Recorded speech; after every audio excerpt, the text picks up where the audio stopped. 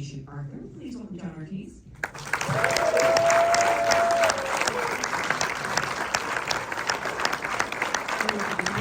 John Ortiz and Erika Alexander.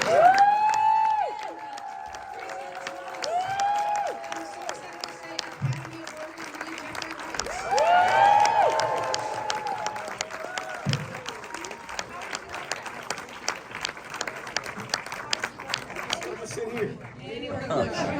Stay in the audience. Sit out there. You can project your face training. Thank you so much for being here, and congratulations on such a wonderful movie. This is an audience of your fellow SAG-AFTRA actors. Oh, wow. Shooting strong, man. Yes. So I actually always like to start by asking, how did you get your SAG card? What was the job that brought that? I guess it's a physical card, right? It is. It is.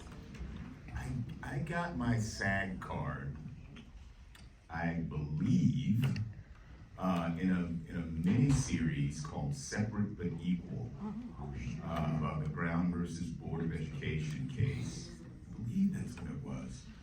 This was like back in 1989. Good year. It was a mini-series about the Brown versus Board of Education case back in 1954. A couple actors, some uprising stars, potentially in there, had a lot of potential. Sidney Poitier, and yeah, my first single was opposite Sidney Poitier. First time on camera? Not first time on camera, first time the camera was solely on me. I would call it a close-up. They didn't want to get that close because I had no clue what I was doing. And it shows if you watch the film. Yeah, so that was it. Burt Lancaster's last performance. Sidney played Thurgood Marshall. Burt Lancaster played John Davis, who was the attorney arguing the opposite side of the case. Cleavon Little was in that. Gloria Foster. It was an incredible casting. Let's screen that now. Yeah. I'm so glad you guys are here. I had started acting about 4 years prior in college. The only reason I got the gig was because I had a political science degree. They were like, yeah, put him in there. He knows a little bit, I guess. Right? And a guy named Albert Hall was in it. Wow. You know Albert Hall? Yeah. He was chief in Apocalypse Now. Can I tell you a quick story? Please. So, I'd seen that movie I don't know how many times, and and I told Albert, I was like just so in awe. I was like, oh my God. And at the end of that filming, he handed me a book. It was the autobiography of a yogi. And in the front flap, he wrote, Jeffery, evolution is when a kid comes up to you and says, I like your work. I've seen your movie 50 times. Your friend always, Albert. Wow. Do you still have the book? I do have that book. Wow, man. That's And cool. that's happened to me. Oh, That's cool. that's real. Yeah. And what's most important is that I really needed to evolve. It's an ongoing process. Just so you know, most people get their SAG card on the McDonald's commercials. I was an Infinity commercial. Okay, there we go. Infinity cars. I was Taft Hartley in. There you go, perfect. And I'm guessing Burt Lancaster wasn't. Absolutely. Well, Sidney Poitier was in the driver's seat. And what's crazy is Albert Hall. At the end of the commercial shoot, it was not a yoga book, but it was Thich Nhat Hanh, just a song. I should keep this big up. Yeah, and who was in your book? Well, actually in 1984, the film was called My Little Girl. It was a Connie Kaiserman film. It was for Merchant Ivory. What's her name? Mary Stuart Masterson was the lead. I was the little girl. Wow. Yes, and James Earl Jones was Wow. and Geraldine Payne. Go Wow. Come on, after you put out your heavy hitter. Okay. So there you go. And then so it's this year, 40 years, I'm saying. Wow.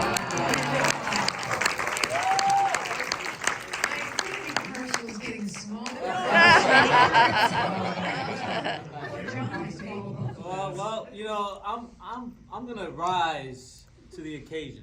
Oh. And I have my side card. Hey.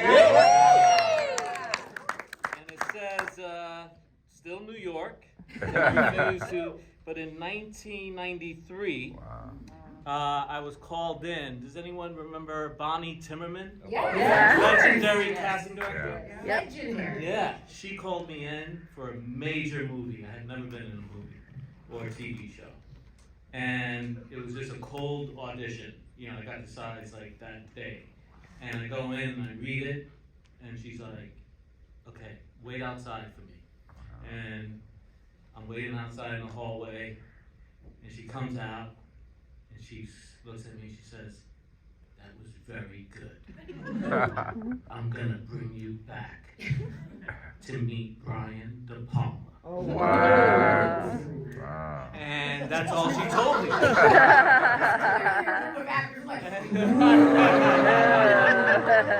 that's all she said. And I barely had an agent, you know, so I don't know what they told my agent, you know, quote unquote.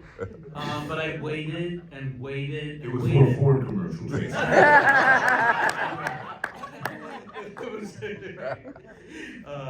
And it was like months, but I got the call back, and I got the part, and it was Carlito's Way. I was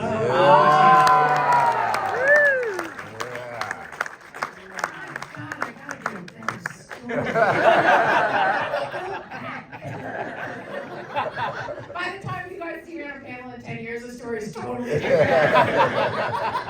I'm like, it was called Carlito's. Well, and congratulations. I was just look how far you've all come. Those are really impressive stories. American Fiction is, of course, written and directed by Jeffery. By the way, I just learned is the only person of color to be a dual nominee this year. Yeah, it's both writer and producer. So he's nominated for Best Picture this year. Yes, sorry. No, but you know what I did learn? I'm sure you know this. You and Sterling K. Brown are the only black lead actor and black supporting actor to ever have been nominated from the same film. Right. You know, after there was like the first black president guy, all the other first blacks are like kind of more a reflection on the institutions and the history than they are on the individuals. You know what I mean? After the Barack Obama thing, you know, it's kind of like, oh, you're the first black what? You know, diminishes the potency. And I also will say this, Sterling and I were talking about that. Like, so Denzel Washington was nominated for Malcolm X. It was Al Freeman Jr. not seen in that film?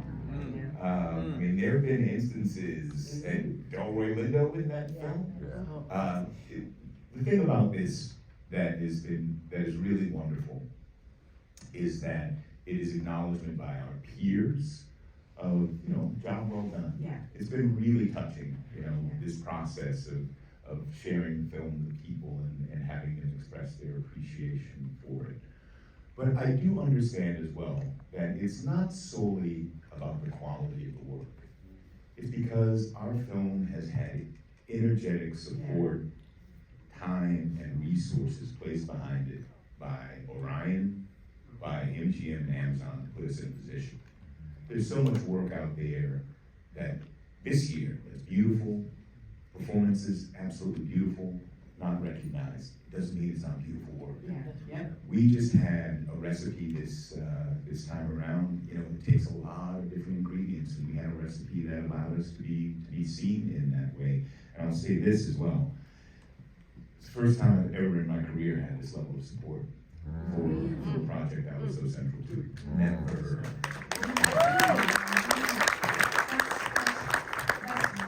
That's tragic also. Welcome to my life. Welcome to being a black guy. I'm curious, how did, Corey Jefferson, one wonderful director, did Watchmen, but this, I can't believe this is his feature directorial debut because it is so accomplished and assured. When the script came to you, was it all there on the page? Did you know that it was something special, or was there any nerves about taking on this part? Oh, no nerves. I was excited. I was excited because, yeah, it was very much on the page. And I think we all were on the same page as well when we read it, just wanting to tell the story because we were a small film, shot in 26 days. The budget for our film, I think, was the catering budget on the last Batman movie. Wow. So, small movie, but when we read that script, it was clear, small movie, big ideas. And a story that wants to be told right now. A story about issues and conversations that all of us in this room have been having or thinking about or privy to. Conversations like that first one in the classroom are happening in classrooms across the country and outside of classrooms.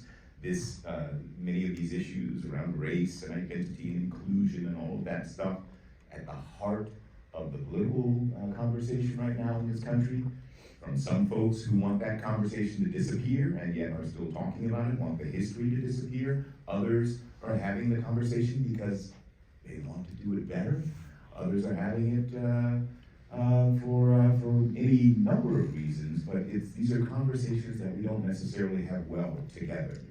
And what was clear about this film is that there was a really sharp fluency around these issues, and it was super funny. Yeah. So I mean, I read the script and I was like, I don't care how many films you have not directed. Let's do it. And then particularly as well, the family side for me on an emotional level just pulled me in. This relationship of this man to love of his family, love of the other, and love of himself was really very moving to me. And all of your characters love Monk, even though he makes it hard sometimes. I just have to say, I feel worse for Arthur than anyone. I'm like, there's so much money, just take the money.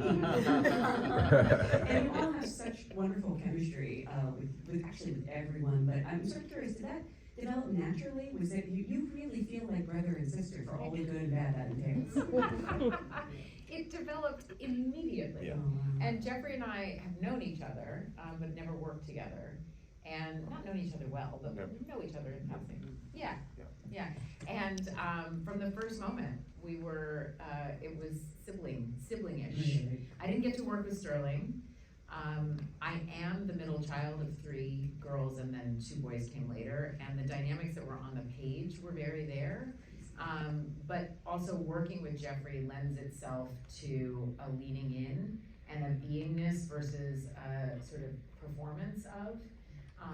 And yeah, it was fun. Yeah. I'm totally the Cliff of my family, so maybe I shouldn't say that. I mean, Cliff was very lovable. Yeah, very much so. A bit of a mess, but lovable mess. And I have a Philip as well that lives next door to me. Erika, for you, what interested you in being a part of this film? That script. Yeah. Cord Jefferson, talking with him, seeing that he had a vision for the film, seeing the level of sophistication that was built into the man, but also went to the page and also made the choice of Jeffery Wright, which is like he's the Death Star tractor beam that pulls everything in and everyone. Tracee Ellis Ross, John, Sterling, Leslie Uggains, all these things. It's just like the gift that kept giving. I'm really glad to be invited to something like that because he also very carefully, I think, intuited that our individual careers lined up with the movie too. If you look at it, that the choices we've made in life sort of, I think, map very easily upon us, and that's the things that we've, in our careers you can see, but also that we fought for individually, and that's not easy to do. And then also you find out that we make a really beautiful soup. It takes all the flavors, nice big hammy piece of meat. I get to humble on this court. All the women keep coming up to me talking about, we love when you come back and you're just putting lotion on. You know what happened. I said, next time I like to show you. Then that means I'm actually doing it. But you know, that's what it is. The script really matters, and certainly the people that you're playing with. But also your whole life is, you know, giving you hopefully the tools you need to be successful. Absolutely. So I'm the ham hock.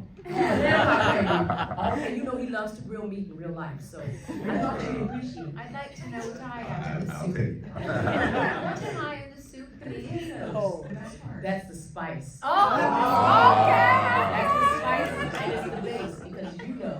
Spice and the base. That's the foundation. I'm Ortiz. She tells me What am I in it? No, in the soup. Oh, in the soup. I'm Carrot? in the soup. Carrot, celery, onion?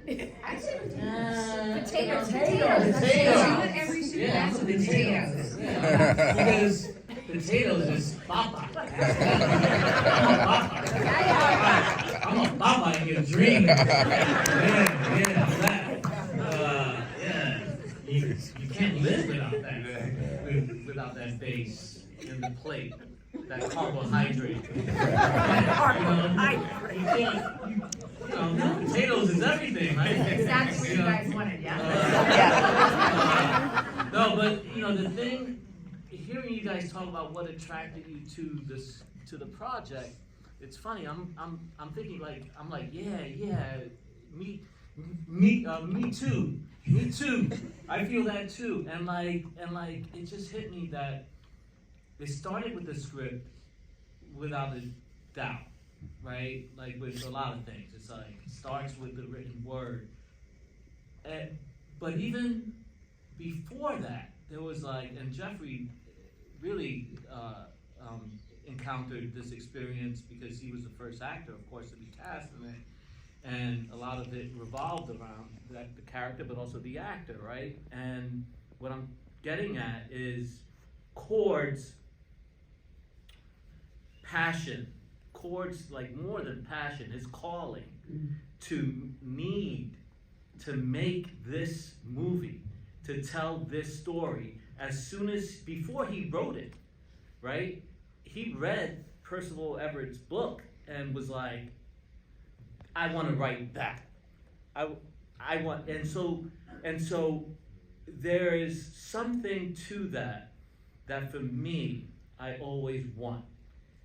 And that thing is, I want it always to at least be more than a job, right? And sometimes it becomes a job. Sometimes not my fault, but you just get in the room and it's like, all right, I guess this is a job, and there was none of that with anyone. And it started with Chord's letter to Jeffery, but then he wrote these cover letters to studios across town trying to make this movie. I got a little note, and that little note, when I read it, I was like, holy shit. Who is this guy? Yeah. I want to work with him because his belief in this story and his passion for it is so. I'll do anything. I'll serve the potatoes. You know what I mean? And then you open up the script and it's brilliant. It's good, and it's hard to write a good script. And good writers even can't sometimes write good scripts, and it was just perfect.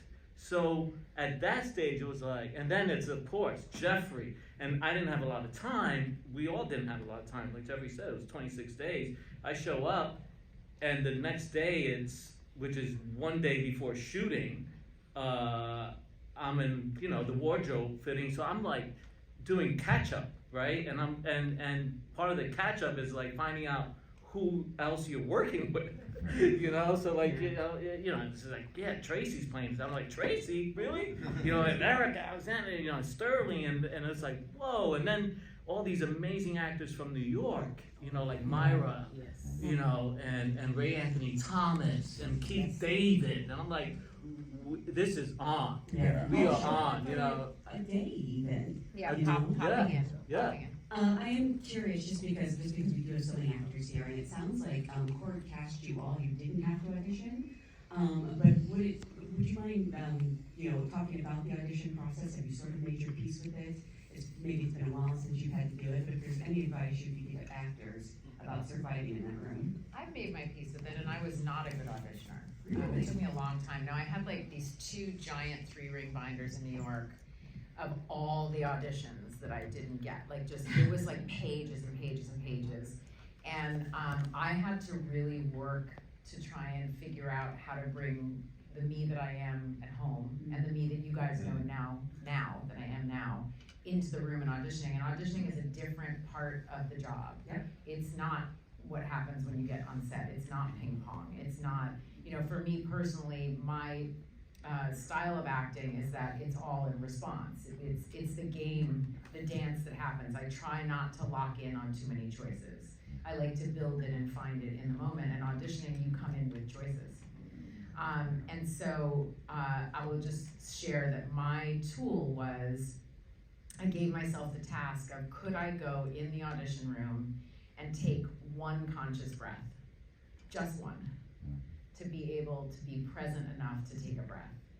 And I didn't go in there to get the part. People were like, go in there, book the part, go in there, pretend they're naked. I'm like, Jesus Christ. I'm like, I am not, I can't lie in the room. So I had to be honest. And so the gift for me. Brady Bunch episode. No, it's not. I was like, Somebody got that. yeah, I got that. But none of that worked for me. And so when I learned, I would take one conscious breath, and then next thing I knew, I was present in the room. But there were many auditions where my only goal was to take one conscious breath in the room, to take a moment to actually enter the room. I mean, I got dropped by my agency, the whole thing. It was fantastic. She told me that, this is such a great story. So, there's so much about you, you dress well, you're pretty, like your mom is Diana Ross, but when you go in a room, you just don't pop. The wound of I don't pop. It's okay. The wound of I don't pop for so many years. Oh my God, I'm not a popper, you guys. It took me so long to learn how to pop. How do you learn how to pop? That's terrible. Well, how do you learn how to replace that client? Yes. That's what you learn. It's not about how to learn how to pop. The question is not for her. The question is for the former agent. Yeah, I did not learn how to pop. I learned how to be me. I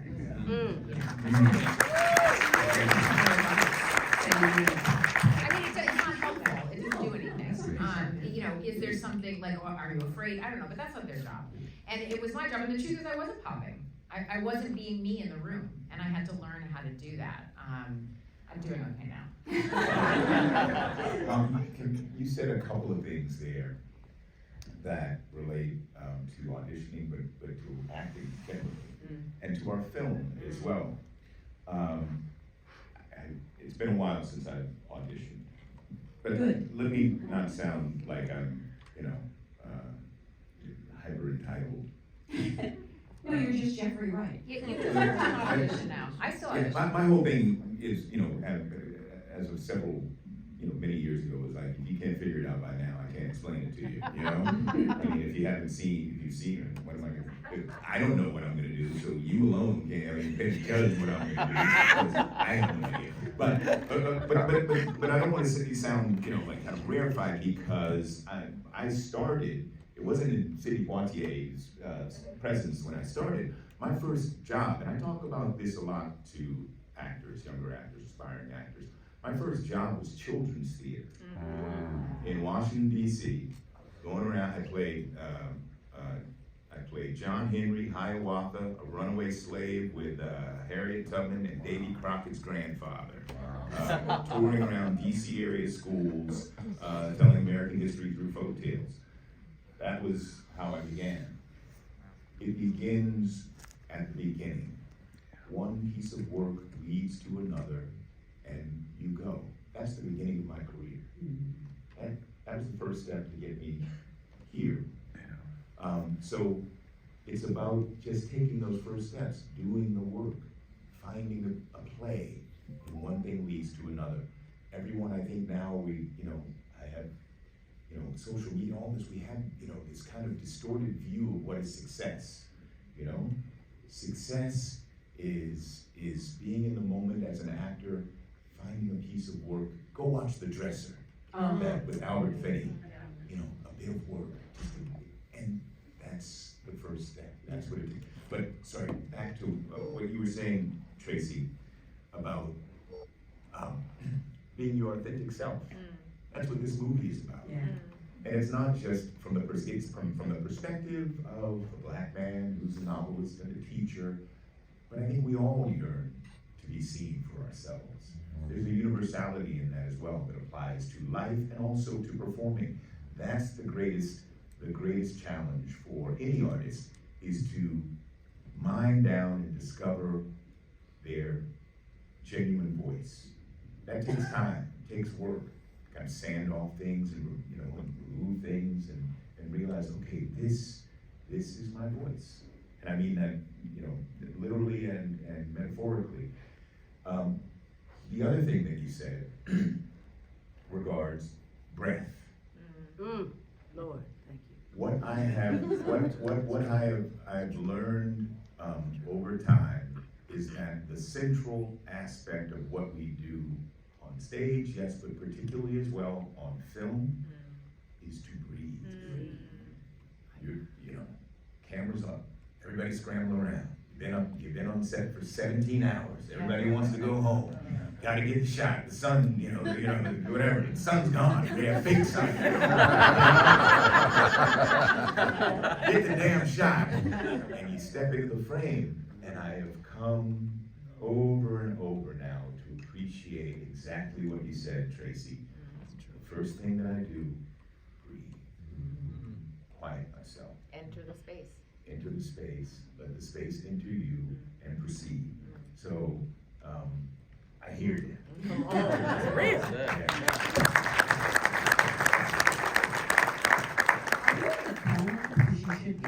Have you recorded something for them? I have heard that before. Man, are you saying my voice has that effect? Oh, a colleague. I wish I had that effect on myself. I do not. Erika or John, is there anything you want to add? I'll say just very quickly that you shouldn't go in trying to make them like you. Yes, I can. It's not important. You are a very likable person, but you have a job to do. There is some aspect of it that you do want them to see you at your best. But it's not often going to be because the script gives you the material for it. That's the problem. It may not suit you. You may not suit it right now. You may not know what to do. It's okay not to know not what to do and show them that. I think it's an act of bravery to put yourself out there in front of people, no matter what. And as Tracee and Jeffery, this is a masterclass of breathing. Just breathe and allow whatever to happen. And that, it's difficult because we have reality shows constantly showing people, American Idol, that you hit, oh, that's too pitchy, she did. It doesn't allow for so-called mistakes, but those are not mistakes in acting. That's living. And so I think that if everyone thinks, because they see things that are so packaged and perfect, that that's what people give at auditions, then it's a disservice to a working journeyman. And we have to remind ourselves that we are working. I do not memorize lines going in there, I refuse. Because I'm reminding them that this is an audition, not a performance. I always hold paper. I hold that paper, and if I need those words, I need it. If I know it better, that's fine. But I'm gonna look at that line and say it. If the intention is there, it won't matter if I'm reading it. And it does sort of, you wonder, for emotional auditions, maybe get in the way, but after a while it doesn't. You get used to it. There's a flow. So I think we have to allow ourselves to remember that we are a work in progress, and that is a work in progress. This is the first time we've seen it. Everybody else in that room has seen it, they've thought about it, they've come to it, they've been hired. You're the only one who's seeing it sometimes for the first time, especially if they send you outdoors to come back and then do it again. And so you say, you know what, I'm just gonna practice in front of them. That's what's gonna happen, and I think that it served me well, and I'm really glad that over the years that I wasn't surrounded by actors at all. And I was surrounded by actors when I was on set, having gotten the job, who sort of left me alone to figure it out. And these were heavy people like Cecily Tyson and Lorraine Toussaint and Gloria Foster and all these amazing people never told me what to do. They sort of knew that if I needed help that I would ask. But the thing is, if they saw something, they might say just a little bit of like, do blah, blah, blah, try it or something. And it was just like, and I was like, okay, why not? And that's the thing I've come to. I do think that last thing I'll say is that talking to too many people about your fears is not necessary. We're all scared. Yeah. And yet, to me, that's not fear, that's adrenaline. Running through you, reminding that there's something that you need to do right now to make you pay attention, to put your feelings just at the point of where you need them. And if you don't need them, you try to pull it back, and how do you do? Breathe. The great Cecily Tyson told me that when I had a breakdown in the South. And all my years of whatever technique that I gathered, because I had no technique, abandoned me, and I went numb. And I fell at her knees. The PAs brought me to her because they saw me just sobbing. And I hate to relate this because it's tough. And I walked in her room and just fell at her knees, and she said, "Erika, breathe." And I said, "Damn, bitch, I am breathing." Oh, that's good. Philosophical level yet, I was having, a crisis of confidence. And this is after living single and all these things that I had done. And it haunted me for years. Because I thought, I don't know how to do anything else but act. I don't know. And if without that, what have I taught myself? And then I built myself back up. And what she did is she said, "I want you to come with me." And she grounded me to the script. She said, "We're gonna go to the script." No one had ever said those things to me. And she wanted me to come live with her, and I said, "That's going too far. I can't do it." She wears white gloves at home. I just can't do it. Called her Miss Davis at the time. She was Miles Davis' ex-wife. It was a lot. And then she brought me to Bernice King's church, and she was doing a type of therapy that she thought that would remind me that I was human, but didn't know how far I had fallen into the abyss because I had been leveraging this sort of kind of know it over really actually haven't learned anything. So when you say it and you say it, I know it was a gift given to me at a time that maybe I could hear it and apply it. And I've applied it my entire life to everything I've ever done. Wow.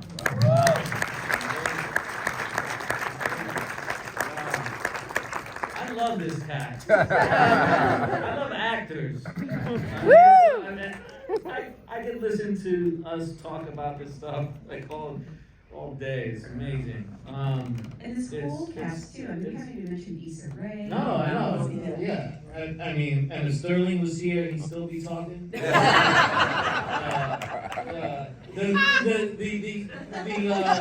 I agree with everything that was said and feel it. And to me, it's about having a healthy perspective in that it is not just about one thing. Like for me, I was blessed early on to make the decision that I'm in it for my life. And not one project is gonna make or break me. So to know that that audition is not gonna make or break me, not giving it an unhealthy perspective, but yet to treat it like work, like the work of an actor, and to use that opportunity to make me better in whatever way that moment and that script with these people in that room will allow that to happen. But also to keep it simple, with all of that stuff in it, but to remember, and that's why the breath thing that you guys are talking about is so beautiful and so right on. So, and I would also say that auditioning kind of sucks. Yeah. So it's just like, Yeah. What I didn't say was that children's theater thing, that was from a cattle call audition in Washington. That's where my career began. Wow. It was a cattle call audition at Arena Stage, Washington Post. Come do a couple of monologues. Wow. And I went and did a couple of monologues for all the representatives of local theaters. And so it begins where it begins. But, yeah. No, please. My belief around auditioning is after Girlfriends, I was didn't understand why the pearly gates of Hollywood had not opened. And I felt strange about having to prove myself again. And as a black actor and black actress, 2 + 2 does not always equal 4. So you're constantly back at 0 saying, I swear I can do it. And a friend of mine said, there's somebody else that's gonna get off that bus and audition for that role. So if this is what you wanna do, it's part of the job.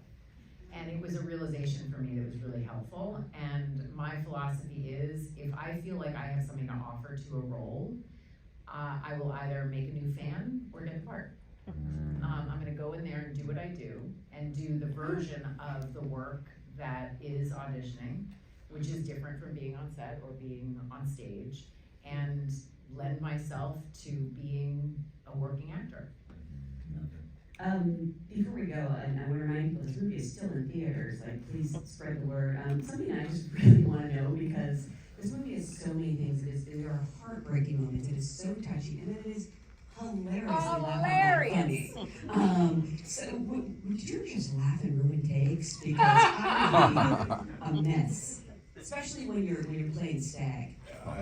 No. Especially when you're playing with Tracee Ellis. Guys, our first. Oh my God. It was fantastic. I was like, oh my God, I'm gonna heaven. We're in the middle of the scene. I'm trying to drive and smoke. Which in and of itself is a task, to be realistic, especially when you're being pulled in the car. And we're doing the lines, and Jeffery starts laughing, and I was like, he was like, you're hilarious. It was in the car, but it was that scene where I was coming out of the hotel, which is not in the movie. Oh, no. Oh, it's not in the movie. No, that's not in, because I ruined it. I'm saying something. And I come into the car, and so, okay, the scene where You ruined it. Tub, and he's hungover, he's had that. He comes out of the hotel, and originally Tracee picks me up there, we go to the bookstore. Right.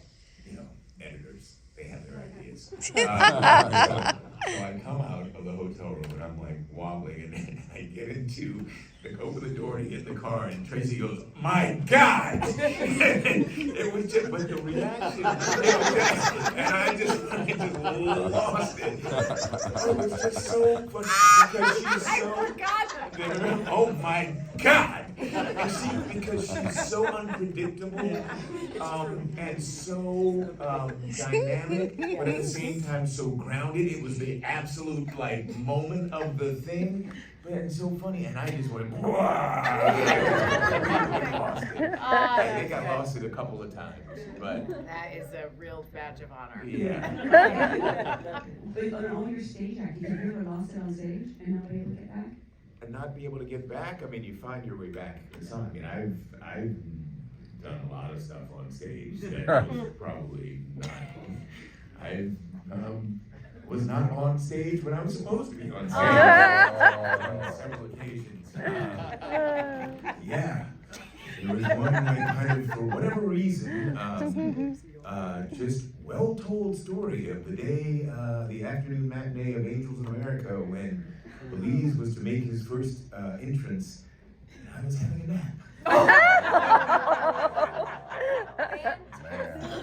It had been a long night, previous night, shall we say?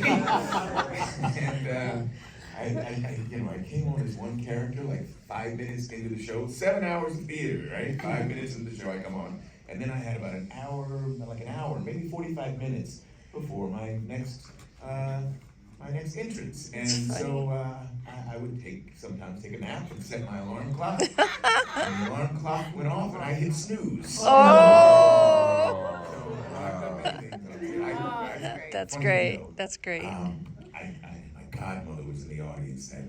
Oh no! My favorite woman in the world outside of my mother was in the. Oh no! Anyway, so I come out, like a minute and a half late. Oh no! Come out, do the scene. Show goes on. After the show, I'm talking to my godmother at outside, and I overhear someone say, and I'm in tears. I'm saying, I'm so sorry. And I overhear someone say, the most touching part of that whole show was when he's waiting there on stage in a hospital bed all by himself. And then finally his friend shows up. As Eric says, no mistakes sometimes. Particularly when you're doing a piece of work. Oh my gosh. It's so strong. And even though you show up a minute and a half late, you do it, with intention, but we're too hard on ourselves sometimes. Sometimes in the stuff, the imperfect is exactly what is asked for. I didn't do that again. But apparently it worked for someone else. Yeah, I was gonna say, I heard that's the performance you win your Tony for. Because Jeffery Wright in his sleep is better than anybody else.